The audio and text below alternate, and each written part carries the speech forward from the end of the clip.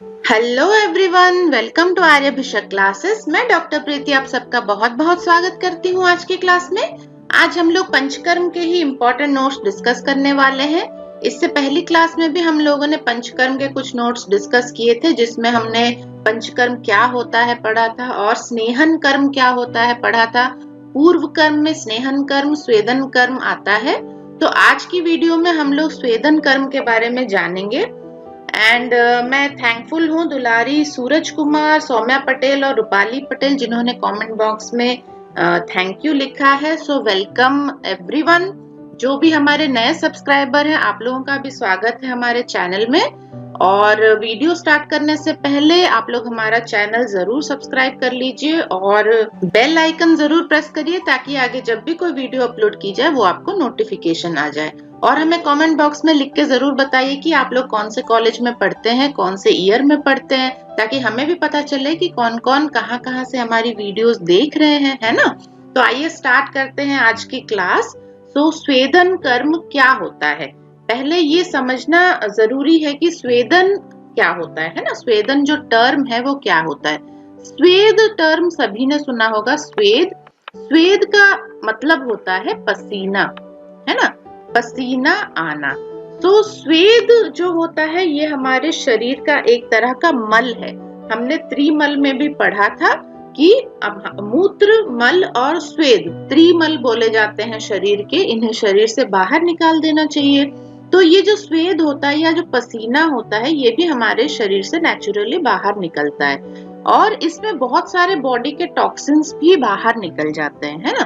तो ये जो स्वेदन कर्म है, इसमें क्या किया जाता है, इसमें कॉमन लैंग्वेज में हम लोग जिसको सिकाई बोलते हैं, बहुत तरह के प्रोसीजर्स हैं जिससे हम लोग ये सिकाई कर सकते हैं। और ये सिकाई का असर इतना होना चाहिए कि आपको स्वेदन हो जाए या पसीना निकाला जाए, ठीक है। तो जब हम मेडिकेटेड तरीके से थेरेपी देके शरीर से पसीना निकालते हैं, उस कर्म को हम लोग स्वेदन कर्म कहते हैं, ठीक। मैं आपको बताऊंगी आज की वीडियो में कि क्या क्या सब प्रोसीजर्स बताए गए हैं हमारे आयुर्वेद में, जिससे हम लोग स्वेदन कर्म कर सकते हैं। सो स्वेदन कर्म आइए देखते हैं क्या होता है। The process which expels the sweat, sweat यानी पसीना, from the body is known as swedan. तो जिस प्रोसेस से हम शरीर से पसीना निकाल सके वो स्वेदन कहलाता है। आप लोग यहाँ पे फोटो में भी देख सकते हैं कि एक बच्चा यहाँ पे धूप में खड़ा है और उसका पसीना निकल रहा है। तो ये आतप स्वेद का एक प्रकार है, निरग्नि स्वेद का ये प्रकार है। इसमें अग्नि की जरूरत नहीं होती है, धूप में खड़े होने से भी पसीना निकल जाता है ना। तो ये हमारे जो आयुर्वेद में ये जो स्वेदन का प्रोसीजर है, बहुत तरह का बताया गया है। मैं आपको बताऊंगी आगे इसके बारे में भी। अच्छा, ये स्वेदन कर्म क्यों किया जाता है? It is advocated after snehan karma in order to liquefy the clean malas and brought to the koshtha and eliminated by suitable pradhan karma. इसका अर्थ क्या है, हमारे शरीर में जो मल फैले हुए हैं, जो दोष फैले हुए हैं हमारी शाखाओं में, हमारी धातुओं में, उनको लिक्विफाई करके या द्रवीभूत करके क्या करना है, कोष्ठ में लेके आना है। कोष्ठ में जब आप लाओगे तब आप प्रधान कर्म जो हमारे बताए गए हैं 5, जैसे कि वमन है, विरेचन है, वस्ती है ना, रक्तमोक्षण है और नस्य है, ये जो 5 प्रधान कर्म बताए गए हैं, इसके द्वारा आप कोष्ठ से उन मलों को फिर बाहर निकाल सकते हो, ठीक है। तो मैंने आपको पिछली क्लास में भी बताया था कि पंचकर्म जब हम करने जाते हैं उससे पहले हमें पूर्व कर्म करना होता है और फिर पंचकर्म जो प्रोसेस होती है 5, उनको प्रधान कर्म बोला जाता है ना। और इसके बाद प्रधान कर्म के बाद हम लोग पश्चात कर्म करते हैं, ठीक है।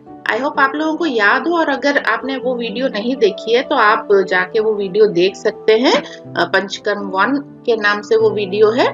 तो पहली वाली वीडियो है ये पंचकर्म की, उसमें आप लोग इंट्रोडक्टरी क्लास है, पंचकर्म क्या होता है, क्यों किया जाता है, तो उसमें सब बताया गया है। आप लोग जरूर देखिए वो वीडियो जाके, ठीक है। सो ये जो है पूर्व कर्म, पूर्व कर्म में 3 तरह के कर्म आते हैं, जिसमें सबसे पहले आता है पाचन या दीपन पाचन, दूसरा आता है स्नेहन और तीसरा आता है स्वेदन, ठीक है। तो ये मैंने आपको बताया था कि पाचन क्यों किया जाता है और स्नेहन क्यों किया जाता है। स्नेहन कर्म से सारे जो मल हैं, जो दोष है, वो सॉफ्ट हो जाते हैं, मृदु हो जाते हैं, और स्वेदन कर्म से वो पिघलने लगते हैं। पिघल के वो वापस कोष्ठ में आ जाते हैं। शाखा से कोष्ठ में इनकी गति कराई जाती है, इनको मूवमेंट कराया जाता है, दोषों को, बढ़े हुए दोषों को, और जो मल है, जो आपके धातुओं में क्या हो गए, जहाँ पे स्थान संचय हो गए हैं, है ना, तो वहां पे उनको पिघला के उनको वापस लाया जाता है कोष्ठ में, और फिर कोष्ठ से आप क्या कर सकते हैं, इसको प्रधान कर्म द्वारा बाहर निकाल सकते हैं। तो ये प्रोसीजर है स्नेहन स्वेदन, ये पूर्व कर्म में आता है, ये आप लोग याद रखिएगा। पंचकर्म जब बोला जाता है तो नॉर्मली लोग सोचते हैं कि ये वैसा ही है, मालिश हो जाएगी, सिकाई हो जाएगी, ऐसा नहीं होता है। लेकिन मालिश और सिकाई ये जो किया जाता है, ये पूर्व कर्म के प्रोसीजर्स हैं। पंचकर्म करने से पहले बॉडी को तैयार किया जाता है आपके प्रधान कर्मों के लिए, जो वमन विरेचन वस्ती वगैरह बताया गया है, उसके लिए बॉडी को तैयार किया जाता है। सिकाई, मालिश, घी पिलाना, तेल पिलाना, ये जो सारे प्रोसीजर्स हैं वो सब पूर्व कर्म में आते हैं। तो ये आप लोग समझ के पढ़िएगा। आइए देखते हैं आगे क्या पॉइंट दिया है, प्रॉपर्टीज ऑफ स्वेदन द्रव्य।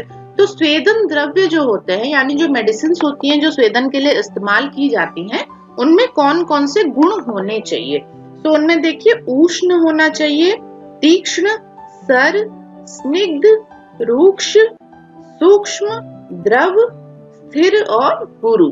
ठीक है, तो इस तरह के उसमें गुण होने चाहिए उन द्रव्यों में। अगर आपको रूक्ष स्वेदन कराना है, स्निग्ध स्वेदन कराना है, ये सब वेराइटीज में आती हैं, किस तरह का स्वेदन आपको कराना है, उसी के अकॉर्डिंगली आपको वो द्रव्य या मेडिसिन चूज करनी है। यहाँ पे आप लोग राइट साइड में एक फोटो देख सकते हैं, जिसमें एक पेशेंट को क्या क्या एक बॉक्स के अंदर लेटाया गया है ना। तो ये एक तरह का स्वेदन का प्रोसीजर है। मैं आपको आगे बताऊंगी, और भी बहुत सारे प्रोसीजर्स हैं जिससे हम स्वेदन कर सकते हैं, जैसा पेशेंट को कंफर्टेबल लगे या फिर जैसे उसके डिजीज की रिक्वायरमेंट हो, उसके अकॉर्डिंगली हम चूज कर सकते हैं कि कौन सा प्रोसीजर इस्तेमाल करके हम स्वेदन कराएंगे, उसका पसीना निकालेंगे। ठीक है, नेक्स्ट आता है पॉइंट क्लासिफिकेशन ऑफ स्वेद। इसमें इंपॉर्टेंट चीज आपको ये याद रखनी है कि अग्नि स्वेद और निराग्नि स्वेद दो तरह के प्रोसेस बताए गए हैं जिससे स्वेदन किया जा सकता है ना। अग्नि स्वेद में आपको अग्नि यानी आग की जरूरत होती है, तो इसके फिर 13 वेराइटीज बताई गई हैं कैसे कैसे आप आग का इस्तेमाल करके स्वेदन करा सकते हैं।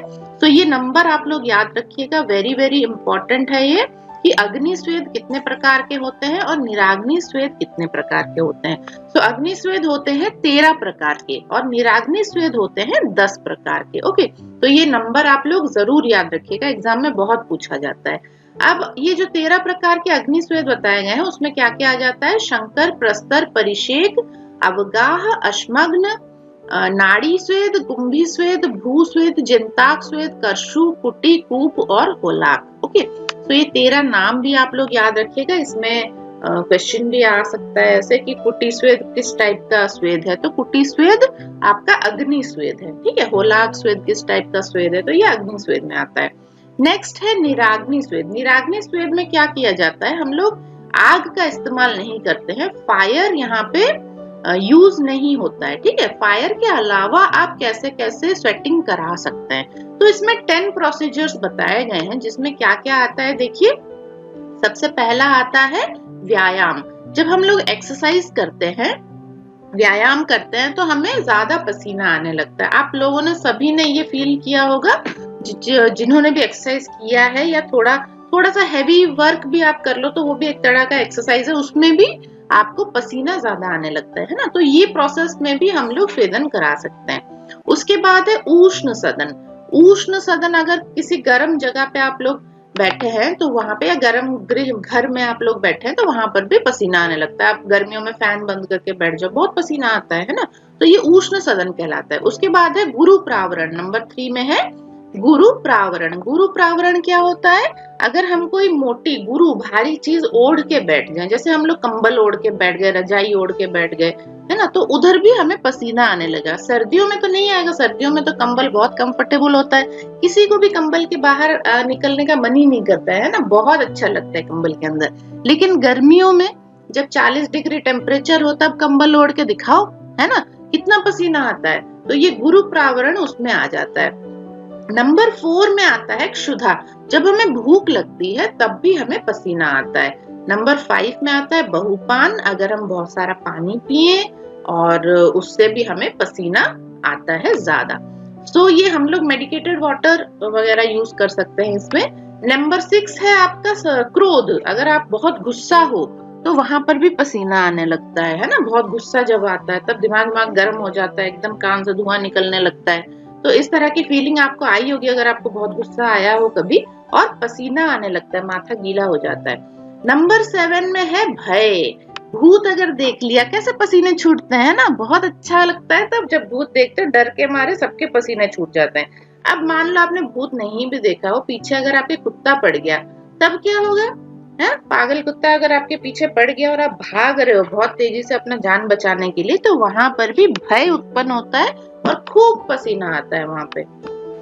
नेक्स्ट पॉइंट है नंबर 8 उपनाह। ठीक है, उपनाह क्या होता है, किसी गर्म पट्टी जब हम बांधते हैं तो उसके अंदर हम मेडिसिन डाल के बांध सकते हैं, या फिर सिर्फ अगर आप गर्म पट्टी बांध रहे हो तो उसको उपनाह बोला जाता है, उससे भी पसीना आता है। ठीक है, लोकल अगर किसी पार्ट में आपको करना हो ये स्वेदन तो वहां पे आप उपनाह यूज कर सकते हैं। उसके बाद नंबर 9 में आता है आहव।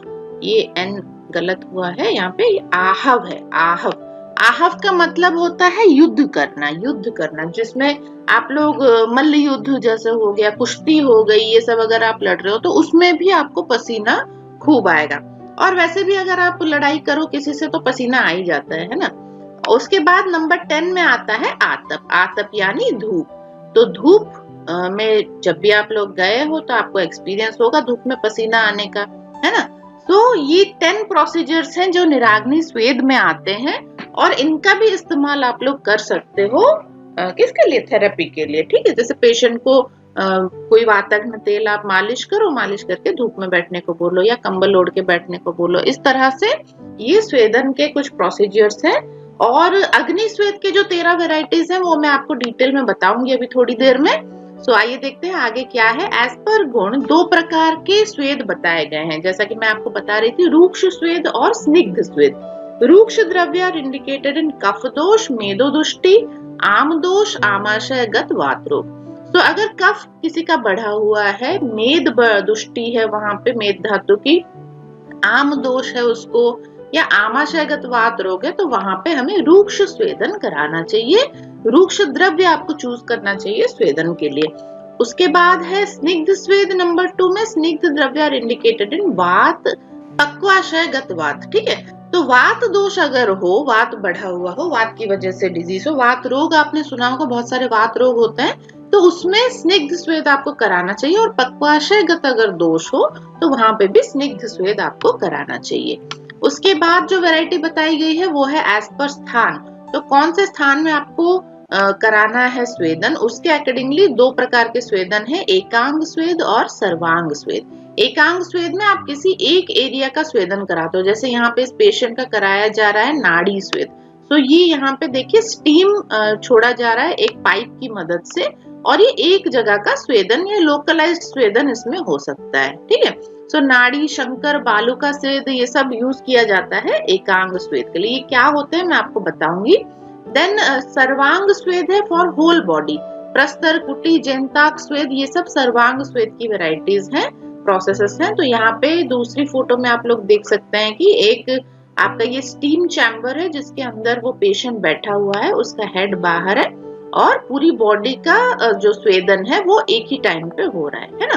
तो इसको हम लोग सर्वांग स्वेद कहते हैं।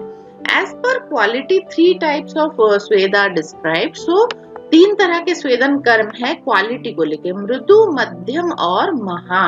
ठीक है, इंडिकेटेड इन अल्प व्याधि, थोड़ी व्याधि हो, व्याधि का बल कम हो और रोगी का भी बल कम हो, तो वहां पे आपको क्या करना है, मृदु स्वेद देना है। इंडिकेटेड फॉर स्वेदन एट हृदय, वृषण और अक्षी।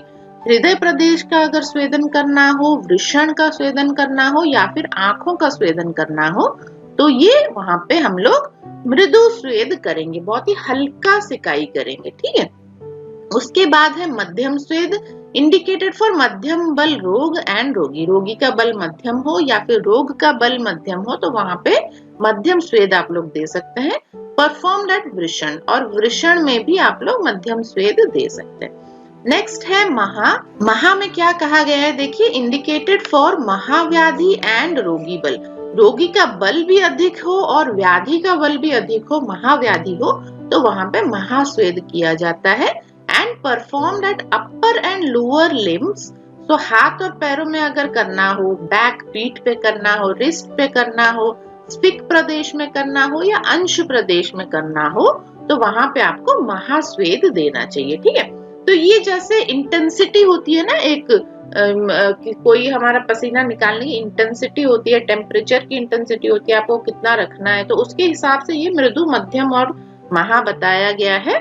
सो वो आप लोग देख के ध्यान रख के कीजिए। अगर मान लीजिए रोगी का बल कम हो और आप वहां पे महास्वेद दे दिए, तो रोगी तो पार हो जाएगा, सीधा ऊपर चला जाएगा, है ना, वो उसको सफोकेशन हो जाएगी वहां पे, वो नहीं कर पाएगा, उसको सहन नहीं कर पाएगा, है ना। तो इसीलिए सब कुछ देख के आपको मृदु, मध्यम और महान देना। अगर रोगी का बल बहुत ज्यादा है, व्याधि का बल बहुत ज्यादा है, आप लोग मृदु स्वेद दे रहे हैं वहां पे, तो कुछ असर ही नहीं होगा उस पे ट्रीटमेंट का, है ना। तो इसके लिए आपको ध्यान रखना चाहिए और ध्यान रख के आपको स्नेहन और स्वेदन कर्म करना चाहिए। उसके बाद देखिए फिर वैरायटीज और बताई गई है सुश्रुत और वाग्भट द्वारा। 4 प्रकार की वैरायटी बताई गई है। सबसे पहले आता है ताप स्वेद। ताप स्वेद में क्या होता है, द सॉलिड द्रव्यास कंसिस्ट गुरु, खर, कठिन, स्थूल एंड संघात कर आर यूज। तो ये कुछ प्रॉपर्टीज है ताप स्वेद की। इसमें सॉलिड द्रव्य यूज किया जाता है, जो सॉलिड हो उसको गर्म करके उससे फिर सिकाई की जाती है। ठीक है, इसको हम लोग ताप स्वेद बोलते हैं। उसके बाद नंबर 2 में आता है उपनाह स्वेद। उपनाह में सेमी सॉलिड द्रव्य यूज किया जाता है, एक तरह का पेस्ट बना के, कल्क बना के आप इसको यूज कर सकते हो। जो सेमी सॉलिड होता है उसको गर्म करके आप जब बांधते हो तो उसको उपनाह बोला जाता है, या गर्म करके आप उससे सिकाई करो तो उसको उपनाह बोला जाता है। उसके बाद नंबर 3 है उष्ण स्वेद। द्रव्यास possessing vayaviya and vashpiya qualities are used in addition to laghu and chala guna. तो लघु और चल गुण जिसमें हो और वायव्य क्वालिटी जिसमें हो, वाष्पीय क्वालिटी जिसमें हो, मतलब जो उड़ने वाले द्रव्य हैं, उससे आप लोग उष्ण स्वेद कर सकते हैं। नेक्स्ट आता है द्रव स्वेद। इसमें लिक्विड यूज किया जाता है क्योंकि द्रव लिखा है। लिक्विड ड्रग्स पोजेस द्रव, सर, मंद एंड अतिक्लेद गुणास आर यूज्ड। तो द्रव, सर, मंद और अतिक्लेद गुण जिसमें हो, लिक्विड हो, तो उससे अगर सिकाई की जाए हम उसको द्रव स्वेद बोलते हैं। ये 4 आप लोग जरूर याद कर लीजिएगा। ताप स्वेद, उपनाह, उष्ण और द्रव, 4 प्रकार के स्वेदन बताए गए हैं सुश्रुत और वाग्भट द्वारा। उसके बाद देखिए डलहन ने क्या बोला। ये जो 13 प्रकार के अग्नि स्वेद हम लोग पढ़ रहे थे, तो उन्होंने क्या किया, वो ताप, उष्ण और द्रव में उसको इंक्लूड कर लिया है। तो जेंताक, करशु, कुटी, कूप और कोलाक, इनको इन्होंने ताप स्वेद में इंक्लूड किया है। ओके, उसके बाद देखिए उष्ण स्वेद में इन्होंने शंकर, प्रस्तर, अश्मघन, नाड़ी, कुंभी और भू स्वेद को इंक्लूड किया है। और द्रव स्वेद में इन्होंने परिषेक और अवगाह को इंक्लूड किया है। ठीक है, अब इसके बाद हम लोग जानेंगे कि ये जितने नाम बताए गए हैं, जेंताक हो गया, करशु, कुटी, कूप, कोलाक, शंकर, प्रस्तर, अश्मघन, नाड़ी, कुंभी, भू, परिषेक और अवगाही, जो 13 प्रकार के अग्नि स्वेद हैं, ये कैसे किए जाते हैं और किस में किए जाते हैं, क्या क्या प्रोसीजर इसमें यूज होते हैं, मैं आपको ये बताने वाली हूँ। सो आइए देखते हैं। सबसे पहला जो स्वेदन प्रोसीजर है वो है साग्नि स्वेद। उसमें क्या क्या आता है, ये श्लोक आप लोग जरूर याद रखिएगा। ये श्लोक याद रखने से आपको 13 नाम याद हो जाएंगे। ठीक है, एग्जाम के टाइम पे आप भूलेंगे नहीं। तो देखिए क्या लिखा है, संकरः प्रस्तरो नाड़ी, परिषेको अवगाहनम, जेंताको अश्मघनः, पूर्षः कुटी भू, कुंभिकेव च, कूपो होलाक इत्येते स्वेदयन्ति त्रयोदश। त्रयोदश मीन्स 13। तो ऐसे आप इसको याद रखिए। संकरः प्रस्तरो नाड़ी, परिषेको अवगाहनम, जेंताको अश्मघनम, पूर्षः कुटी भू, कुंभिकेव च, कूपो होलाक इत्येते स्वेदयन्ति त्रयोदश। तो ये चरक का श्लोक है, चरक से ये सूत्र स्थान से आया हुआ है। जब भी कोई श्लोक आप लोग पढ़ते हैं, उसको अगर आप गा के पढ़ें, छंद में पढ़ें, तो आपको इजीली वो याद रह जाता है। काफी सारी वीडियोस हमारी आपको मिल जाएंगी, माधव निदान के कुछ चैप्टर और अष्टांग हृदय के कुछ चैप्टर हैं, जिसमें हम लोगों ने श्लोक का पारायण किया है, कैसे श्लोक को गा के आप लोग याद रख सकते हैं, गा के पढ़ सकते हैं। तो वीडियोस वो वाली आप लोग जरूर देखिएगा। अगर आपको श्लोक याद करने में दिक्कत होती है ऐसे, तो आप लोग उसको गा के भी याद कर सकते हैं। जैसे यहाँ पे ये श्लोक है, तो मैं आपको इसको सुनाती हूँ। देखिए कैसे गाया जाता है। शंकरः प्रस्तरो नाड़ी परीशिको अवगाहनम् जेन्ताको अश्मघनः कूर्षः कुटीभूकुम्भिकेव च कूपो होलाक इत्येते स्वेदयन्ति त्रयोदशः। तो इस तरह से आप इसको याद कर सकते हैं। आइए चलते हैं आगे। संकर स्वेद क्या होता है देखते हैं। तो संकर स्वेद को हम लोग मिक्स्ड फर्मेंटेशन बोलते हैं। संकर का मतलब होता है कुछ मिला हुआ, कुछ मिक्स्ड चीजें आपको यूज करनी है। तो इसमें स्वेदन द्रव्य में तिल, उड़द, कुल्थी, मांस आदि का यूज किया जाता है। उसको कूट पीस कर पोटली बनाकर सुखोष्ण करके जो स्वेदन किया जाता है उसे संकर स्वेद कहते हैं। ठीक है, ये प्रोसीजर्स आपको इजीली समझ में आ जाए इसलिए हम ये आपको यहाँ पे डिटेल में बता रहे हैं। ठीक है, तो आइए देखिए आगे क्या लिखा है। संकर अर्थात मिश्रण। तो ये जो संकर शब्द है कहाँ से आया है? मिश्रण से आया है। जब हम लोग कुछ द्रव्य, दो से ज्यादा द्रव्य एक साथ मिला के पोटली बनाते हैं तो उसको मिश्रण बोला जाता है या संकर बोला जाता है। इसलिए इसको संकर स्वेद भी बोला जाता है। अर्थात इसमें द्रव्यों को स्वेद भी कहा जाता है। ठीक है, तो स्वेद द्रव्य है ये, और पिंड बनाने के कारण इसे पिंड स्वेद भी कहा जाता है। ठीक, तो ऐसे आप लोग यहाँ पे देखिए डायग्राम में देख सकते हैं। इस तरह की पोटली उसको बना ली जाती है। सारे जो जिन द्रव्यों का इस्तेमाल करना है आपको स्वेदन के लिए, उसकी पोटली बना ली जाती है, इसलिए इसको पिंड स्वेद भी कहा जाता है। इसे शरीर पर साक्षात ताप पहुंचाए जाने के कारण इसे ताप स्वेद भी कहा जाता है। ठीक, तो ये कुछ वेराइटीज आप लोगों ने देखी है यहाँ पे, जो संकर स्वेद आपका इंक्लूडेड है ताप स्वेद में भी। आगे देखते हैं क्या लिखा है। भेद में क्या आता है इसका? स्निग्ध और रूक्ष। स्निग्ध संकर स्वेद आप कर सकते हो या फिर रूक्ष संकर स्वेद भी आप कर सकते हो। स्निग्ध में क्या क्या ले सकते हैं हम? तिल, उड़द, तिल उससे तेल निकलता है, उड़द में भी तेल का अंश होता है ना, तो ये सारी चीजें स्निग्ध होती हैं। चावल आदि को पायस या खीर बनाकर मांस, मांसरस, अम्लवर्ग के रक्कन के साथ पकाकर पोटली बनाते हैं। ठीक है, तो ये चीजें इकट्ठी करके गरम करके उसको पोटली बनाकर अगर आप यूज करो तो उसको स्निग्ध संकर स्वेद में हम लोग रखते हैं। फिर उस पोटली को उष्ण पायस या दूध या मांस रस में डुबोकर स्वेदन किया जाता है। एक बार आप यहाँ पे गैस पे कढ़ाई चढ़ा दो, कढ़ाई में दूध हो गया या फिर मांस रस हो गया या फिर जिससे भी आपको स्वेदन करना हो, पोटली को आपको इसमें डुबाना है। ठीक, इसमें डुबाना है और फिर उठा के उसको फिर उससे सिकाई करनी है। ठीक है, बॉडी के जिस पार्ट पे आपको करना हो उस पार्ट पे आप इससे सिकाई कर सकते हैं। इस प्रकार के स्वेदन का प्रयोग वात व्याधि या वात प्रधान रोगों में किया जाता है। ओके, नंबर 2 में आता है रूक्ष संकर स्वेद। इसमें हम लोग क्या यूज कर सकते हैं? गाय, बकरी, घोड़ा, गधा आदि के सूखे पुरुष, लोहे के पिंड, धूल, बालू आदि को पोटली से गरम गरम स्वेदन करना रूक्ष संकर स्वेद कहलाता है। इसको किसी पे डुबाना नहीं होता है। इसमें क्या किया जाता है देखिए यहाँ पे डायग्राम में दिया है, बालू से ये पोटली बनाई गई है। तो आप क्या कर सकते हैं, एक कढ़ाई चढ़ाइए गैस के ऊपर, उसके बाद इसमें कुछ डालना नहीं है आपको, इसमें सीधा पोटली को इस तरह से रख देना है। ठीक है, 2 पोटली आप बना लीजिए, दोनों पोटली को आप यहाँ पे रख दीजिए। एक पोटली से आप सिकाई करिए, जब वो ठंडा हो जाए तो उसको उस गैस पे कढ़ाई पे रख के दूसरी पोटली आप उठा लीजिए, है ना। तो इस तरह से अदल बदल करके आप लोग स्वेदन कर सकते हैं। तो यहाँ पे स्निग्ध और रूक्ष 2 तरह के संकर स्वेद बताए गए हैं। इसके बाद आप लोगों ने सुना होगा बालू का स्वेद। बालू का स्वेद में जो पोटली के अंदर बालू से बनाया जाता है, यह एक प्रकार का रूक्ष संकर स्वेद है। इसको भी हम लोग संकर स्वेद में ही रखते हैं। अभी थोड़ी देर पहले भी मैं आपको दिखा रही थी। तो ये रूक्ष संकर स्वेद है। इसका प्रयोग आमदोष, उरुस्तंभ, स्तंभ, मेद रोग, कफज विकार और सशोथ शूल, ऐसा पेन जहाँ पे इन्फ्लामेशन हो, एडिमा प्रेजेंट हो, वहां पे आप लोग बालू का स्वेद कर सकते हैं। बहुत ही अच्छा फायदा देता है ये। स्वच्छ नदी की बालू लेते हैं जिसमें कंकड़ पत्थर नहीं होते हैं। जो बालू अति सूक्ष्म हो उस बालू को लेकर लोहे या मिट्टी की कढ़ाई में गर्म कर लेते हैं और उस बालू को लेकर पोटली बना लेते हैं। उस सुखोष्ण पोटली को अंगों पर स्वेदन किया जाता है। तो बालू को गर्म करके आप पोटली बना के कर सकते हो और फिर कढ़ाई के ऊपर उसको रख के दोबारा भी गर्म कर सकते हो। बालुका की तरह ही लवण या काला नमक द्वारा स्वेदन किया जाता है, जिसको लवण पोटली स्वेद कहा जाता है। तो काला नमक या ब्लैक सॉल्ट सभी को पता होगा, ब्लैक सॉल्ट से भी स्वेदन किया जाता है। जैसे जैसे जहाँ पे आप बालुका स्वेद करते हैं वहां पे आप लोग लवण पोटली स्वेद भी कर सकते हैं। ठीक है, तो ये भी रूक्ष संकर स्वेद में ही आता है। और क्या दिया है देखिए, संधियों पर वर्तुलाकार और लंबे अंगों पर दीर्घाकार स्वेदन किया जाता है। 5 से 10 मिनट के अंतर पर पोटली होने पर पोटली बदल कर गर्म कर लिया जाता है। पोटली अगर ठंडी हो जाए तो उसको 5-10 मिनट में फिर गर्म करके आप यूज कर सकते हैं। प्रतिदिन 20 से 40 मिनट तक स्वेदन आप करें तो बहुत ही इसमें अच्छा फायदा होता है। तो ये दिया है संधियों पर वर्तुलाकार, मेन पॉइंट ये है।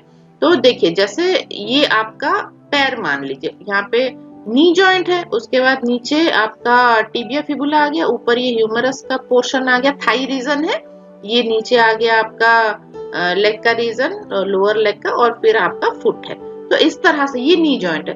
तो जब आपको घुटनों पे मतलब सिकाई करनी हो, पोटली चलानी हो, तो आपको राउंड राउंड ऐसे इस तरह से पोटली चलानी चाहिए। ठीक है, और जब आप पैरों में ऊपर ये लॉन्ग बोन्स पे कर रहे हैं तो वहां पे आपको क्या करना है, लंबे आकार में आपको ये ऐसे तरह से सिकाई करनी है। ठीक है, ऊपर से नीचे की ओर, ऊपर से नीचे की ओर आप इस तरह से उसको सिकाई कर सकते हैं। तो कौन से पार्ट पे आप सिकाई कर रहे हो, पोटली है, पोटली हाथ से पकड़ के आप गोल गोल घुमा सकते हो, नहीं तो लंबा लंबा चला सकते हो पोटली को। ठीक है, बॉडी पे इस तरह से आप कौन से पार्ट पे कर रहे हो वो पार्ट देख के आप डिसाइड करिए कि वहां पे किस तरह से आप स्वेदन कर सकते हो। नेक्स्ट नंबर 2 में आता है प्रस्तर स्वेद। प्रस्तर स्वेद क्या होता है, हॉट बेड सुडेशन। तो आइए देखते हैं ये कैसे किया जाता है। पुरुष के सोने योग्य एक पत्थर की चौकी बनाई जाती है जो 6 फीट कम से कम लंबी हो, 2 से 2.5 फुट चौड़ी हो तथा 2 फुट ऊंची हो। ठीक है, ये 22 नहीं है, 2-2.5 के करीब फुट अगर आप चौड़ी बनाओगे तो भी हो जाएगा काम। फिर उस चौकी पर क्या करना है आपको, शूक धान्य जिसमें चावल, गेहूं या वादी, और शमी धान्य, उड़द, मूंग, चना, कुल्थी आदि, शुद्र धान्य, अंगुनी, चीना, सांबा, कोदो, इसकी खिचड़ी अथवा बेशवार बना के क्या करना है, खीर या तिल, मांस और चावल की खिचड़ी अथवा इन द्रव्यों को पकाकर गरम गरम मोटी परत के रूप में पत्थर की चौकी पर फैला देना है। तो ये जो चीजें आपको बताई गई हैं, इनमें से कोई भी द्रव्य आप ले सकते हैं और उसको खिचड़ी की तरह उसको पका लेना है।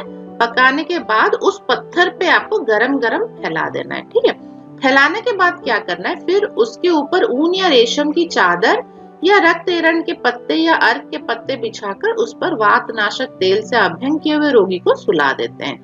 फिर उस रोगी के ऊपर ऊन या रेशम की चादर व वातनाशक पत्ते जैसे एरंड या अर्क से ढक दिया जाता है। इस प्रकार इस विधि से संपूर्ण शरीर का एक साथ स्वेदन हो जाता है। तो क्या करना है, आपने ये बना ली, खिचड़ी हुई, वेशवार हुआ, इस तरह का आपने बना लिया, गरम गरम वो जो पत्थर आपने लिया है 6 फुट लंबा, उस पे आप फैला दो।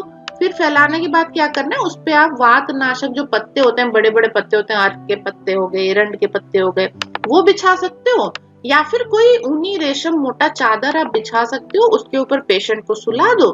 सुलाने के बाद फिर आप उसको पत्तों से ढक सकते हो या फिर चादर से भी ढक सकते हो, उससे भी बहुत अच्छे से उसका पसीना निकल जाएगा। ठीक है, और सिकाई भी हो जाएगी।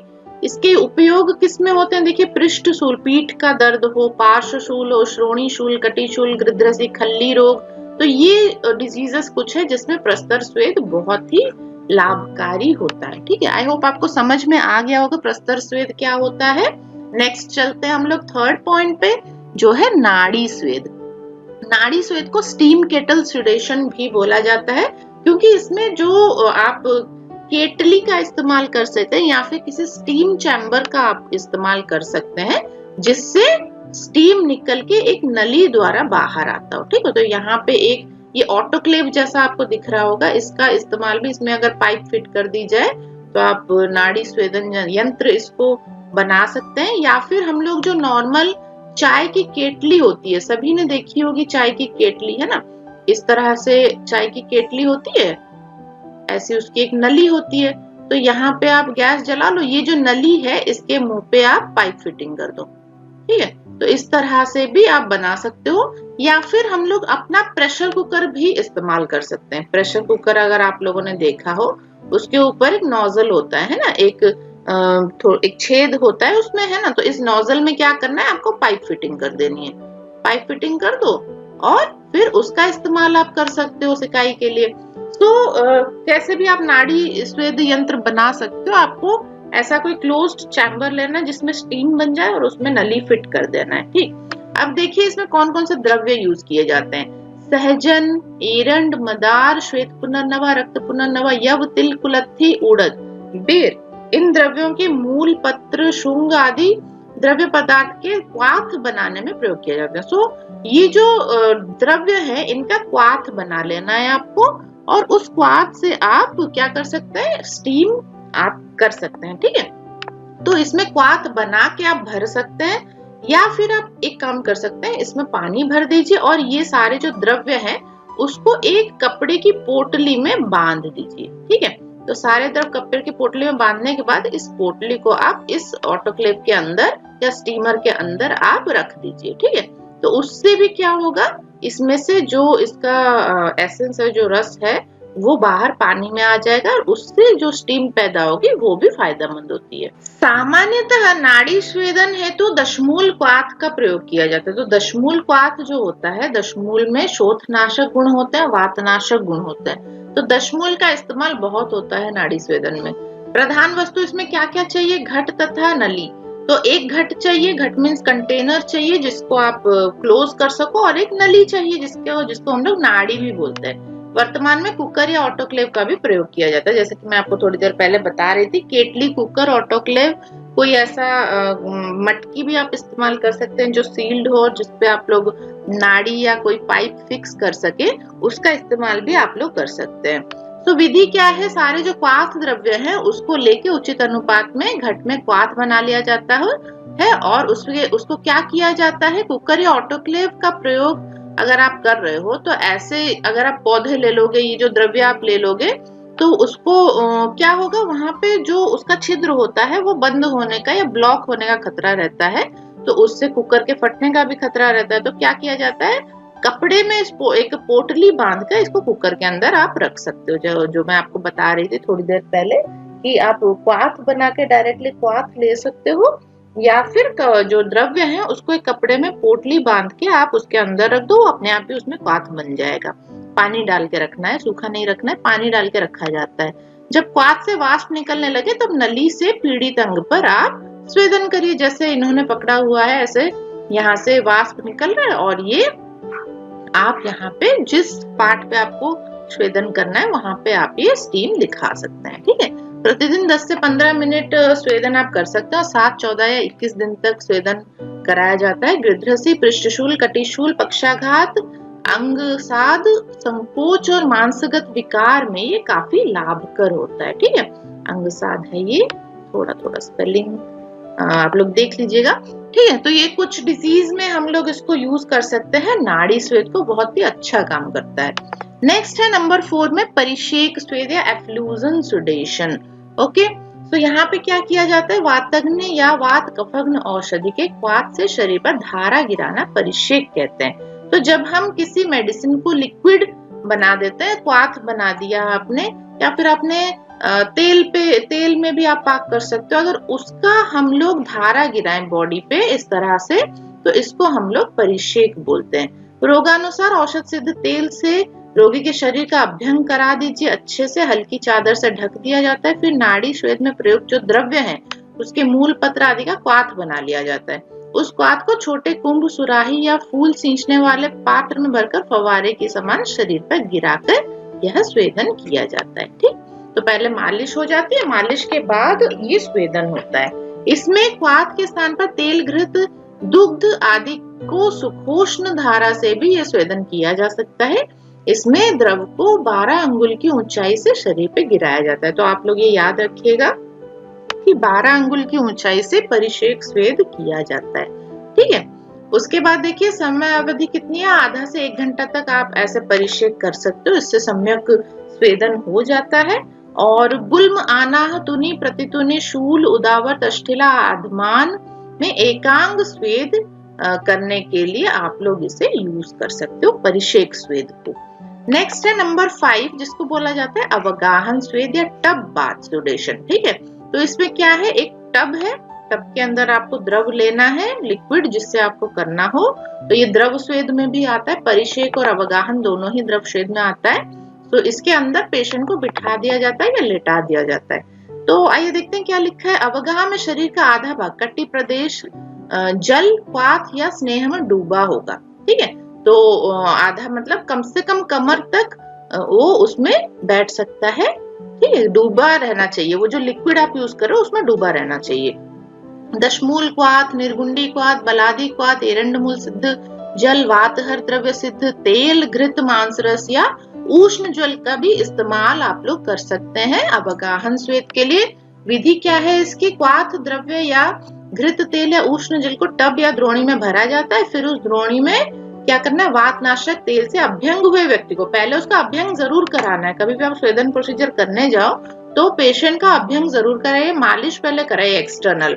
तो ये मालिश होने के बाद उसको क्या करना है? व्यक्ति को बिठाकर अंगों पर उष्ण जल या क्वाथ आदि से छिड़काव कर यह स्वेदन किया जाता है। तो उसमें कमर तक आपको बिठा देना है। उसके बाद ये जो लिक्विड है इसका टेम्परेचर थोड़ा सा उष्ण होना चाहिए और वो टेम्परेचर आपको मेंटेन करते रहना है। तो ये देखिए गर्म करके इसमें तेल या पानी की क्वाथ जो भी लिक्विड आपने लिया है वो डाल रहे हैं, और जब ये ठंडा हो जा रहा है उसमें से लेके फिर गर्म करके फिर डाला जाता है। ठीक है, तो इस तरह से आप अवगाहन स्वेद कर सकते हैं।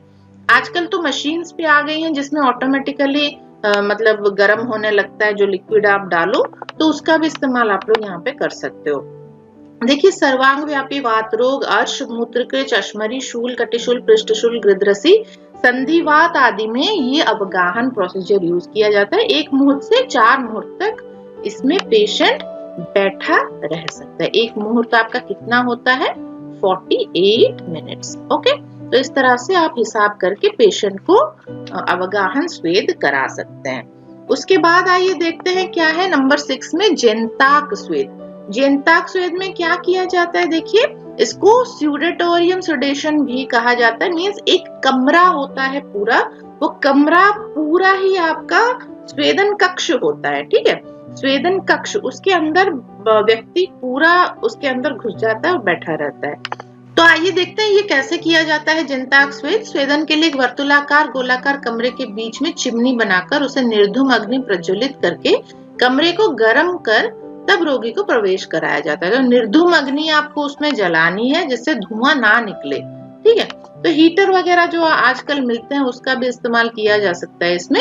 उससे कमरे को गर्म कर लेना है, पर धुआं नहीं होना चाहिए, नहीं तो रोगी सफोकेट हो जाएगा, उसको ऑक्सीजन डेफिशिएंसी हो जाएगी, है ना।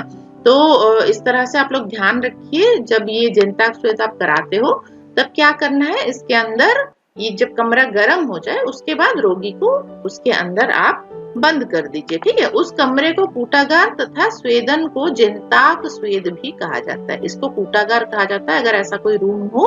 आजकल तो होटल में भी काफी रूम्स ऐसे अवेलेबल हैं, स्टीम रूम जिसको बोला जाता है। आप वहां पे जाके मतलब रिलैक्स, बॉडी रिलैक्स करने के लिए भी स्टीम लेते हैं काफी लोग। तो ये एक तरह का जेंताक स्वेद का ही मॉडिफिकेशन है। तो उपकरण में कूटागार आपको लेना है और एक अंगार कोष्ठक आपके पास होना चाहिए जिसमें आपको आग जलानी पड़ेगी। तो ये देखिए कूटागार में एकदम बीच में एक अंगार कोष्ठक स्तंभ होना चाहिए, तंदूर या भट्टी भी हो सकता है, जिसके 4 से 5 हाथ व्यास तथा 3 हाथ ऊंचा कम से कम होना चाहिए। ठीक है, इसकी दीवार में वायु का प्रवेश है तो बहुत ही छोटे छोटे छिद्र होने चाहिए। इसमें खैर, पलाश आदि की सूखी लकड़ियां डालकर जलाया जाता है। जब अग्नि निर्धूम हो जाए तथा कूटागार पूरा गर्म हो जाए तब रोगी को उसमें प्रवेश कराया जाता है। तो ये कूटागार में जो अंगार कोष्ठक है वो कुछ इस तरह का दिखता है, कोष्ठी यंत्र भी इसको बोलते हैं। तो इसके अंदर हम लोग लकड़ियां डाल देते हैं, जो हमारी पलाश की लकड़ी हो, खैर की लकड़ी हो, तो वो डाल देते हैं, उसको जला देते हैं। जलाने के बाद क्या होता है, आग जलती है, वो गर्म होता है, धुआं निकलता है उसमें से। फिर वो धुआं पूरा जाने तक, खत्म होने तक, आग खत्म होने तक, जब कमरा पूरा गर्म हो जाता है तब रोगी को उसमें प्रवेश कराया जाता है। ठीक है, अग्नि जब निर्धूम हो जाती है, जब धुआं निकलना बंद हो जाता है, जब तक यह प्रतीक होता है कि सम्यक स्वेदन हो गया, शरीर हल्का हो गया, तो स्तब्धता, भारीपन, शून्यता, वेदना का नाश हो जाता है ना। और चबूतरे के सहारे द्वार पर आकर बाहर निकल जाना चाहिए। तब फिर आप उसको खोल सकते हो रूम को और रूम से बाहर निकल सकते हो। ठीक, तो इस तरह से ये देखिए यहाँ पे एक आज के जमाने का कूटागार दिखाया गया है, जिसमें ये अंगार कोष्ठी कुछ इस तरह की है। इसमें अंगारे रख के भी आप कर सकते हो। ये जो लकड़ियां बताई गई हैं, इसके अंगारे आप रख दो, उसमें से हीट जनरेट होगी और पूरा कमरा आपका गर्म हो जाएगा। फिर आप पेशेंट को उसमें बिठा सकते हो। नेक्स्ट जो स्वेदन का प्रोसीजर है वो है नंबर 7, अश्मघन स्वेद, स्टोन बेड स्यूडेशन। ओके, अश्मघन स्वेद, इसमें क्या करना है? सोने योग्य लंबी 6 फुट तथा 3 फुट चौड़ी, 6 फुट लंबी और 3 फुट चौड़ी आपको दृढ़ समतल पत्थर की एक शिला लेनी है। उस पर वातनाशक, देवदारू, दशमूल आदि काष्ठ लेकर जलाना है। जब शिला गर्म हो जाती है तब आग हटाकर उसे ऊष्म जल से धोना है। फिर शिला का पानी सुखाकर उस पर ऊनी या रेशम की चादर आपको बिछा देनी है। ठीक, समझ में आया? आपको ये पत्थर लेना है बड़ा सा, जिसपे एक आदमी लेट पाए। इस पत्थर के ऊपर आप मेडिसिन वाले जो प्लांट्स है, देवदारू हो गया, दशमूल हो गया, इनकी लकड़ी लेके इस पत्थर पे रख के जलाइए। जब लकड़ियां जलेगी, आग जलेगी, तो पत्थर अपने आप गर्म हो जाएगा, है ना? तो जब ये पत्थर गर्म हो जाए उसके बाद आपको क्या करना है? ये सब जो लकड़ी वगैरह जल गई उसको सबको हटा देना है। गर्म पानी से पत्थर को अच्छे से धो देना है और तुरंत सूख जाएगा, क्योंकि पत्थर गर्म है। जब सूख जाए तब उसके ऊपर आपको एक ऊनी मोटी चादर आपको बिछा देनी है और उस चादर पे आपको पेशेंट को लिटाना है। ठीक है, फिर वातनाशक तेल अभ्यंग किए हुए रोगी को उस पर लिटा देना है। लिटाने के बाद क्या करेंगे? उस रोगी को ऊपर से फिर हम लोग चादर से ढक देंगे। ठीक है, या फिर कंबल से आप ढक दीजिए। इस प्रकार सुखपूर्वक उसका स्वेदन हो जाता है। ठीक, तो ये अश्मघन स्वेद का प्रोसीजर है और इसको आप लोग याद रखिएगा। नेक्स्ट है नंबर 8, जिसमें आता है कूर्श स्वेद यानी ट्रेंच स्यूडेशन। ठीक, इसमें क्या किया जाता है? कर्श ऐसे गड्ढे को कहते हैं जो भीतर से विस्तृत हो और मुख से कम चौड़ा हो, यानी बिल्कुल मटके जैसा कोई गड्ढा हो, है ना? मटके जैसा, अंदर से बड़ा हो और ऊपर उसका मुंह लेकिन छोटा हो। इस गड्ढे में वातनाशक, देवदारू आदि के अंगारे भर देने हैं और उस पे चारपाई रख देनी है। गड्ढे के ऊपर आपको गड्ढा बहुत ज्यादा बड़ा नहीं होगा, गड्ढा छोटा ही होगा, चारपाई उसके ऊपर रख दीजिए।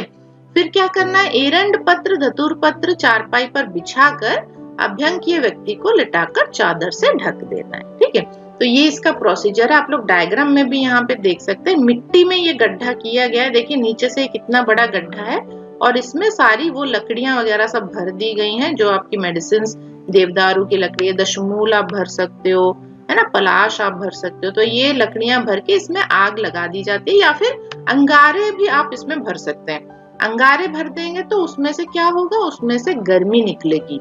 ये मुंह इसका कम है तो इस तरह से ये गर्मी निकलेगी और इसके ऊपर चारपाई बिछा के उसके ऊपर पत्ते वगैरह जो वातनाशक पत्ते हैं वो आप रख के, बेडशीट ना डाल के आप वो पत्तों की बेडशीट बना दो। ठीक, और उसके ऊपर ये जो पेशेंट है इसको पहले मालिश करके किसी तेल से मालिश करने के बाद उसके ऊपर लिटा दो आप। ठीक, तो ये नीचे से बहुत अच्छे से सिकाई हो जाएगी।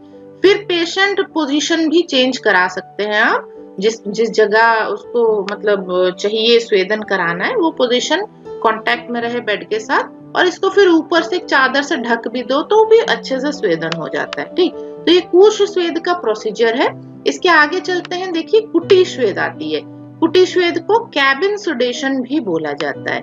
यहाँ पे क्या किया जाता है? एक ऐसा छोटा कमरा जो ना तो अधिक चौड़ा हो ना ही अधिक ऊंचा हो, गोलाकार हो तथा उसमें रोशनदान या कोई भी छिद्र ना हो। तो ऐसा कमरा आपको लेना है, बहुत ज्यादा ऊंचा ना हो, कुट्टी जैसा हो, छोटा सा गोलाकार कमरा हो, लेकिन उसमें कोई रोशनदान, कोई छेद नहीं होना चाहिए। ठीक है, अंदर की चीजें बाहर नहीं आएंगी, बाहर की चीजें अंदर नहीं जाएंगी। ठीक, इस तरह का सिस्टम होना चाहिए। उस कमरे की दीवारें मोटी हो और भीतर से कूट आदि उष्ण औषधों को कल्क से लेप किया गया। अब क्या करना है? इस कमरे के अंदर की जो दीवारें हैं उसको सभी ड्रग्स जो है, मेडिसिन है, उससे लेप कर दिया जाता है। उसका लेपन, उस पे मतलब कोटिंग चढ़ा दी जाती है दीवारों पे। फिर इस प्रकार के कमरे में चारपाई बिछा के उस पे ऊनी चादर या कंबल बिछा दो। उस चारपाई पे फिर पेशेंट को लेटा दो जिसका अभ्यंग हुआ हो, और उसे ऊनी चादर या कंबल से ढक दो।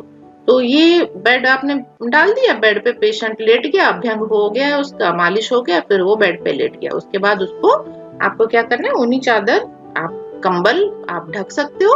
उसके बाद क्या करना है, फिर धूम रहित जलते अंगारों से युक्त अंगीठियां उस चारपाई के चारों तरफ रखनी है। इस प्रकार जो सुखपूर्वक स्वेदन किया जाता है तो उसे कुटी स्वेद बोलते हैं। तो यहाँ पे डायग्राम में देखिए, चारपाई बीच में है और चारों साइड में अंगार कोष्ठियां रखी गई हैं। ठीक है, इसमें अंगार है और इसमें से गर्मी निकल रही है। अब गर्मी निकल के क्या होगा, ये जो कुटी है, ये जो कमरा है, उसकी दीवारों पे मेडिसिन द्रव्य आपके लगे हुए हैं, है ना, और वो फिर असर दिखाएंगी पेशेंट की बॉडी पे। उसका इफेक्ट आपके पेशेंट पे की बॉडी पे आएगा, जो कि बहुत ही अच्छे से स्वेदन हो जाएगा। अब देखिए क्या है कि कुटी स्वेद और जेनताक स्वेद आपको एक जैसा लग रहा होगा, लेकिन कुटी स्वेद में क्या किया जाता है, ये जो चैम्बर है ये पक्का राउंड शेप का बनाया जाता है, जबकि जेनताक रूम जो है, जेनताक जो कमरा होता है, वो आप किसी भी शेप का यूज कर सकते हो, क्योंकि पूरा पेशेंट उसमें बैठेगा आराम से, है ना। So difference between this jentaka room is that jentaka the fire is burned in the centre of the room. तो बीच में आग जलाई जाती है जेनताक में, वाइल कुटी में क्या किया जाता है, ये दीवारों के पास रखा जाता है, बीच में नहीं जलाया जाता, क्योंकि दीवारों पे आपने ड्रग्स का पेंट किया हुआ है। तो ये जो गरम अंगार कोष्ठियां हैं आपको दीवार के पास रखनी है, ताकि वो दीवारें गर्म हो जाएं। ठीक है, और जेनताक में क्या किया जाता है, बीच में रखा जाता है, ताकि कमरे की हवा गर्म हो जाए। So the patient sits in the centre of the room for getting fermentation and kuti type. Both this fermentation should be given daily for 25 to 30 minute. 25 से 30 मिनट तक आप ये स्वेदन करा सकते हैं, चाहे कुटी स्वेद हो चाहे जेनताक स्वेद हो। दोनों का डिफरेंस आई थिंक आपको समझ में आ गया होगा। जेनताक स्वेद में बीच में अंगार कोष्ठी रखी जाती है और उसकी दीवारों पे कोई पेंट नहीं होता है किसी भी द्रव्य का, तो ये आप लोग याद रखिएगा। लेकिन कुटी स्वेद में दीवारों पे पेंट होता है और जो अंगार कोष्ठियां हैं वो चारों ओर दीवार के पास रखी जाती है, पेशेंट के चारपाई के पास नहीं रखी जाती। ओके, नेक्स्ट है नंबर 10 भू स्वेद, ग्राउंड बेड स्यूडेशन, जिसको हम लोग बोलते हैं। भू का अर्थ होता है भूमि। तो यहाँ पे क्या किया जाता है, अश्मघन स्वेद विधि को भूमि पर करना है। जो आप पत्थर पे कर रहे थे, गरम उसमें आग जला के, गरम पानी डाल के, फिर साफ करके, फिर आप पेशेंट को लेटा रहे थे अश्मघन स्वेद में, यही चीज आपको भूमि पे करनी है। ठीक है, जमीन पे निवात प्रशस्त और समतल भूमि पर देवदारू आदि वातग्न काठ जलाकर उस पे पानी की छींटे डालकर बुझा दें। ठीक है, तो जब वो अच्छे से जलने लगे, भूमि गर्म हो जाए, तो आप उसको फिर हटा दीजिए, पानी डाल के बुझा दीजिए, गर्म पानी, या फिर हटा दीजिए। ठीक है, राख वाख जो भी होगा वहां पे उसको हटाकर साफ कर देते हैं और उसे ऊनी चादर उस पे बिछा देते हैं और ऊनी चादर को बिछा के उस पे वातनाशक तेल से अभ्यंग किए हुए व्यक्ति को सुला देते हैं। ठीक, तो ये पेशेंट उस पे सो गया चादर पे, चादर गर्म हो जाएगी, उसके ऊपर पेशेंट सो जाएगा, उसके ऊपर फिर एक चादर ढक दो, है ना, तो एक कंबल या चादर उस पर ढक दो। इस प्रकार का स्वेदन भू स्वेद कहलाता है। ठीक, जो जमीन को गर्म करके हम वहां से उस गर्मी का इस्तेमाल कर रहे हैं आपका स्वेदन कराने के लिए, तो उसको भू स्वेद कहा जाएगा। नेक्स्ट है कुंभी स्वेद या पिक्चर बेड स्यूडेशन, नंबर 11 में आता है। इसमें क्या किया जाता है, पिक्चर कुंभी मटके को बोला जाता है, तो इसमें मटके का इस्तेमाल होता है। आइए देखते हैं, वातनाशक औषधों के क्वाथ से संपूर्ण भरी हुई एक मटकी को लेके उसका आधा या तिहाई भाग आपको जमीन में गाड़ देना है। ठीक है, तो जमीन के नीचे आपको मटकी गाड़ देनी है और ऊपर थोड़ा सा इसका पोर्शन होना चाहिए, तो इसको पूरा भर्ती कर लेना है आपको क्वाथ से, जिससे आपको सिकाई करनी है, वो वातनाशक औषध का क्वाथ बना के आप इस मटके को भर लो। उसके बाद क्या करना है, इसके ऊपर आपको चारपाई बिछा देनी है। ठीक है, ऐसे चारपाई आपको बिछा देनी है। चारपाई डालने के बाद उस पे आप चादर बिछा दीजिए, चादर बिछा के उस पे पेशेंट को लिटा दीजिए जिसका अभ्यंग हुआ हो। बार बार यही चीज है, बोला जा रहा है कि वातनाशक तेल का अभ्यंग हुआ हो, क्योंकि अभ्यंग कराने के बाद ही आपका स्वेदन किया जाता है ना, स्नेहन के बाद स्वेदन किया जाता है, इसीलिए अभ्यंग के बाद ही उसको लिटाना है। उसके बाद उसको फिर चादर से ढक देना है। फिर क्या करना है, फिर लोहे के गोले या पत्थर के टुकड़ों को आग में तपाकर उस मटकी में आपको डालना है। उसमें जो क्वाथ बना हुआ है वो क्या होगा, वो गर्म होने लगेगा। जब आप आग का गोला जो बोलते हैं ना, लोहे का गोला गर्म करके उसमें डालोगे या फिर अंगार पत्थर को गर्म करके आप उसमें डालोगे, तो वो जो कषाय है बना हुआ वो गर्म होने लगेगा, उससे फिर वाष्प निकलने लगेगी और इस वाष्प से आपको स्वेदन कराना है। इसी प्रोसेस को हम लोग कुंभी स्वेद कहते हैं। ये एक डायग्रामेटिक रिप्रेजेंटेशन है। इस तरह का ये रहता है, मटकी रहती है नीचे, ऐसे चारपाई पे पेशेंट चादर ओढ़ के लेटा रहता है और नीचे से इस मटकी में आपको गरम गरम पत्थर, गरम लोहे का गोला इस तरह से डाल के उसमें से धुआं निकालना है। तो ये जो स्टीम उसमें से निकलेगी उससे आराम से स्वेदन हो जाएगा। कुंभी स्वेद के बाद नंबर 12 में आता है कूप स्वेद या पिट सुडेशन। ओके, कूप का अर्थ होता है कुआं। तो यहाँ पे क्या करना है, अब आप लोगों को थोड़ा बहुत समझ में आने लगा होगा। तो यहाँ पे आपको कुआं बनाना है। ओके, ये एक प्रकार का रूक्ष स्वेद है। तो रूक्ष स्वेद की वैरायटी में ये आता है कूप स्वेद। इसमें क्या किया जाता है ये देखते हैं। निवात, समतल और प्रशस्त स्थान में 6 फुट लंबा, 2 से 2.5 फुट चौड़ा और 12 फुट गहरा कुआं उसमें खुदवाया जाता है। उसके बाद क्या किया जाता है, इसकी भीतरी भाग की दीवारों को वातनाशक औषधियों से लेप किया जाता है। ठीक है, तो ये कुआं आपको खुदवाना है और इसके अंदर की जो दीवारें हैं इस पे आपको क्या करना है, लेप लगा देना है। जो मेडिसिन आप यूज करना चाहते हैं उसका लेप बना के इसके अंदर की दीवारों पे लगा दीजिए। उसके बाद क्या करना है, फिर इस कुएं में हाथी, घोड़ा, गाय, खर, ऊंट के सूखे पुरुष को डालकर जला दीजिए। तो जो डंग होता है, काउ डंग जैसे होता है, वैसे ये जो गोबर की केक्स बनाए जाते हैं ना, कंडियां बनाई जाती हैं, तो उसको उसमें डाल के जलाना है। जब कुआं निर्धूम हो जाए तब चारपाई बिछाकर उसके ऊपर ऊनी चादर या कंबल बिछाकर अभ्यंग किए हुए पुरुष को लिटा दीजिए और उस पे चादर से ढक दीजिए। इस प्रकार सुखपूर्वक स्वेदन हो जाता है। इसे कूप स्वेद कहते हैं। तो ये इसका प्रोसीजर है। कुआं खोदिए, उसके अंदर ये गोबर की टंडियां जो होती है वो डाल के जला दीजिए। जब ये धुआं निकलना बंद हो जाए तो पूरा ये गड्ढा क्या होगा, गर्म हो जाएगा। उसके बाद उसके ऊपर बेड डाल दीजिए। बेड डाल के चादर बिछा के पेशेंट को आप लिटा दीजिए और चादर से ढक दीजिए। तो यहाँ भी उसका स्वेदन अच्छे से हो जाएगा।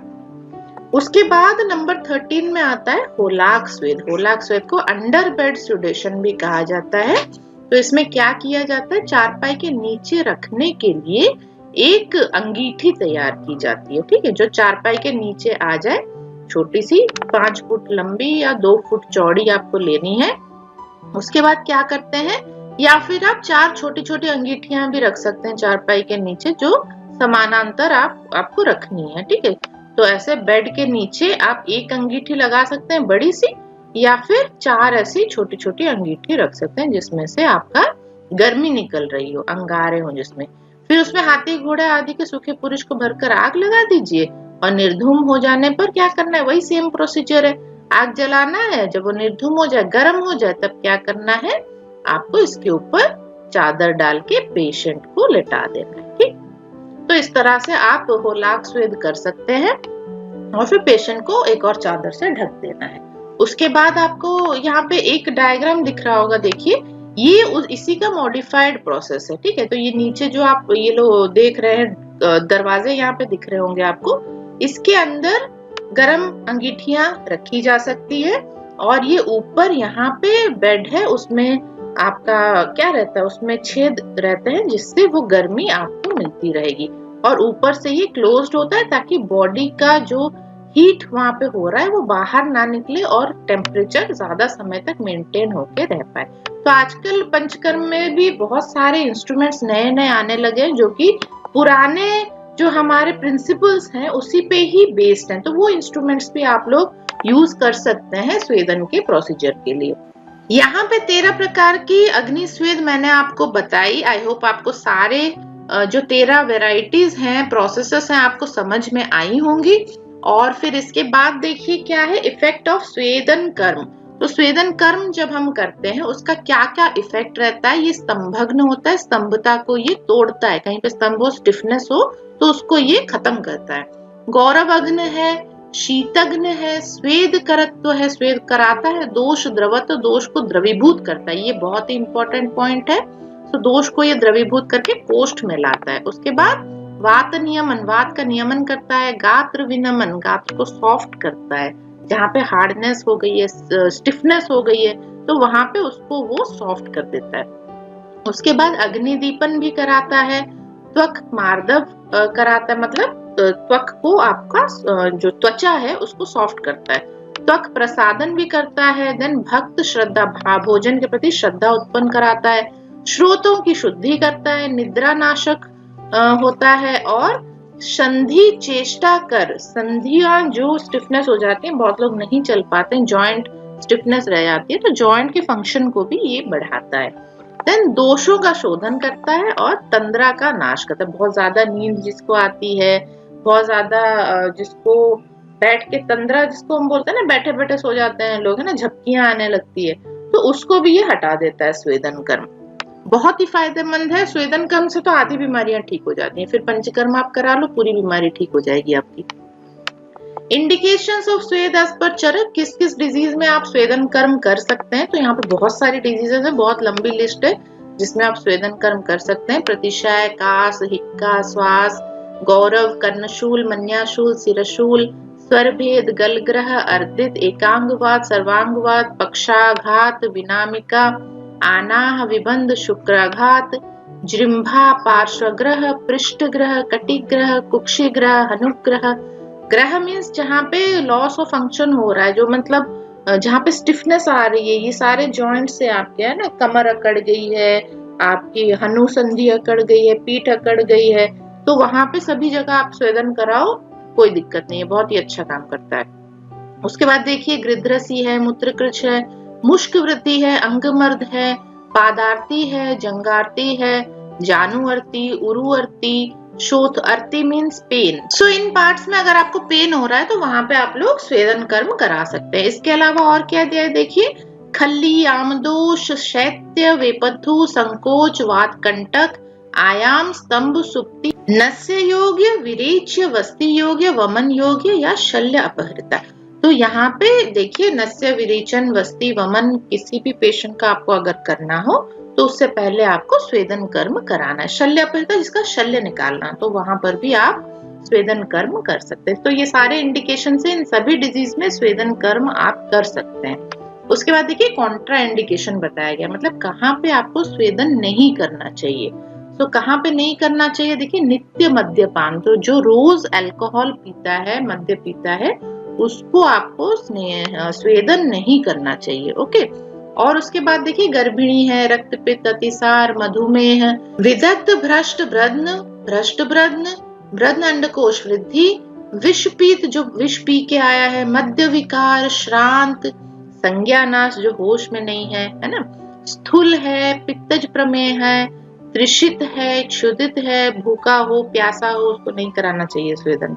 देन क्रोध में हो, शोक ग्रसित हो, कामला हुआ हो, जिसको उदर रोग हो, उरक्षत हो, रुस्तंभ हो, दुर्बल हो, क्षीण हो, या शुक्र ओज जिसका क्षय हो गया, तो ऐसे पेशेंट्स में ये स्वेदन कर्म कॉन्ट्रा इंडिकेटेड होता है, आपको यहाँ पे स्वेदन कर्म नहीं कराना चाहिए। उसके बाद देखिए साइन एंड सिम्टम्स ऑफ सम्यक स्वेदन, कैसे पता चलेगा कि सम्यक स्वेदन हो गया है करके, तो वहां पे क्या होगा, अंग मार्दव, सारे जो अंग हैं वो मृदु हो जाएंगे, मार्दव हो जाएंगे मतलब मृदु हो जाएंगे। शीत व्यापरम, तो जो ठंड उसको लग रही होगी वो गायब हो जाएगी, ठंड नहीं लगेगी। उसके बाद शूल व्यापरम यानी पेन गायब हो जाएगा। स्तंभ निग्रह, तो जहाँ पे स्तंभ है, स्टिफनेस है, वो भी खत्म हो जाएगा। गौरव निग्रह, अगर बॉडी गुरु है, भारी भारी लग रहा है, तो वो भी खत्म हो जाएगा, हल्का लगने लगेगा। और अग्नि दीप्ति, उसकी जो जठराग्नि है वो क्या होगी, वो बढ़ जाएगी। ओके। उसके बाद देखिए साइन एंड सिम्टम्स ऑफ अस्विन। अस्विन मीन्स जहाँ पे आपका स्वेदन कर्म बहुत ही कम हुआ हो या सही से नहीं हुआ हो, तो वहां पर क्या होगा, शीतम उपरण यानी उसको ठंड लगेगी बहुत ज्यादा। शूल अनुपरण, तो उसको पेन भी कम नहीं हुआ होगा, पेन भी हो रहा होगा। स्तंभ अनिग्रह, गौरव अनिग्रह, और मार्दन अनुत्पाद, ठीक है, तो मार्दव अनुत्पाद है ये, तो मृदुता नहीं आएगी, स्तंभ उसका नहीं जाएगा, गौरव नहीं जाएगा, है ना, शूल नहीं जाएगा, और ठंड भी उसकी नहीं जाएगी। अगर ऐसी कंडीशन हो तो मीन्स उसका स्वेदन नहीं हुआ है कंप्लीट, और उसको आपको और स्वेदन कराना है। बहुत कम जिसका हुआ उसमें ऐसे सारे लक्षण रहते हैं। उसके बाद देखिए क्या दिया है, अति स्वेद। अति स्वेद अगर हो गया, बहुत ज्यादा आपने स्वेदन करा, बहुत ज्यादा आपने पका दिया पेशेंट को गर्मी में, है ना, तो क्या होगा, तो वहां पे देखिए क्या होगा, पित्त प्रकोप हो जाएगा, पित्त बहुत ज्यादा बढ़ जाएगा, मूर्छा हो जाएगी, पेशेंट बेहोश हो सकता है, तृष्णा होगी, प्यास लगेगी, जलन उत्पन्न हो सकती है, दाह हो सकता है उसको। देन शरीर सदन, शरीर उसका बहुत थक जाएगा। देन उसके बाद है स्वर दौर्बल्य, वो बोलने में भी उसको तकलीफ होगी। अंग दौर्बल्य, दाह, बहुत उसको बर्निंग सेंसेशन हो सकता है, रक्त पित्त हो सकता है, मीन्स ब्लीडिंग हो सकता है उसको कहीं से भी, भ्रम हो सकता है। देन संधि पीड़ा होने लगी, बहुत ज्यादा अगर स्वेदन हो गया तो भी पेन बढ़ जाता है। उसके बाद उसको बुखार आ सकता है, ज्वर, टेम्परेचर बहुत ज्यादा राइज हो जाएगा बॉडी का, छर्दी, उल्टी वगैरह हो सकती है, और शाव मंडल दर्शन। शाव मंडल दर्शन मतलब काले चकत्ते उसको हो सकते हैं, अगर बहुत ज्यादा मतलब क्या है, जलने के जैसे निशान नहीं होते, उस तरह के काले काले धब्बे उसके बॉडी पे हो सकते हैं। तो अति स्वेद के ये सारे लक्षण हैं, तो इसका ध्यान रखना चाहिए। अगर कोई पेशेंट स्वेदन के दौरान ऐसे बोल रहा है कि मुझे चक्कर आने लगे हैं, मुझे शरीर में जलन होने लगी, तो ये जान लेना चाहिए कि वहां पे अति स्वेदन हो गया। तुरंत ही आपको स्वेदन कर्म बंद कर देना है, पेशेंट को वहां से बाहर निकाल लेना है, ठीक है। तो ध्यान रखना है, सम्यक स्वेदन के लक्षण जब आए तब आपको पेशेंट को निकाल लेना है बाहर। ये नहीं कि आपने पेशेंट को उस कमरे में बंद कर दिया और फिर आप आइसक्रीम खाने चले गए, है ना, फिर पेशेंट उसमें एकदम उबला हुआ आलू बन के निकलेगा। तो इसका थोड़ा सा ध्यान रखिएगा जब भी आप स्वेदन कर्म करते हैं। ओके, उसके बाद देखिए, स्वेदन का अगर अतियोग हो जाए तो वहां पे हम क्या चिकित्सा कर सकते हैं। वहां पे मधु दे सकते हैं, स्निग्ध द्रव्य लगा सकते हैं, उसको दे सकते हैं खाने के लिए, पीने के लिए भी। शीतल उपचार आपको करना चाहिए, वहां पे शीतल उपचार करना है। और क्या करना है, ग्रासम आर्त, ग्रासम आर्त मतलब टोटल उसकी बॉडी का पूरा आपको ख्याल रखना है, ताकि उसका कोई भी कॉम्प्लिकेशन आपको नजर ना आए, ठीक है। तो उसके कॉम्प्लिकेशंस जो भी आ रहे हैं उसके अकॉर्डिंगली आपको ट्रीटमेंट करना है पेशेंट का। तो इसी के साथ आई थिंक आपको स्वेदन कर्म समझ में आया होगा, कितना प्रकार का ये होता है, इसको क्यों किया जाता है, स्नेहन के बाद स्वेदन क्यों किया जाता है। तो ये सारे वेराइटीज भी हमने पढ़े, अग्नि स्वेद के वेराइटीज, निरग्नि स्वेद के वेराइटीज, तो सारे प्रोसीजर्स आपको समझ में आए होंगे आई थिंक।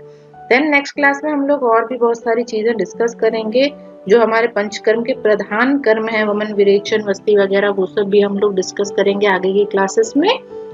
आज के लिए इतना ही। तब तक आप लोग नोट्स वगैरह बना लीजिए, और हमारी जो क्लासेस हैं, वीडियोस हैं, वो आप अपने फ्रेंड्स के साथ भी शेयर करिए, ताकि उन लोगों को भी घर में बैठ के प्रिपरेशन करने का मौका मिले, है ना। एग्जाम के लिए अच्छे से प्रिपेयर कीजिए, अच्छे से पढ़ाई कीजिए।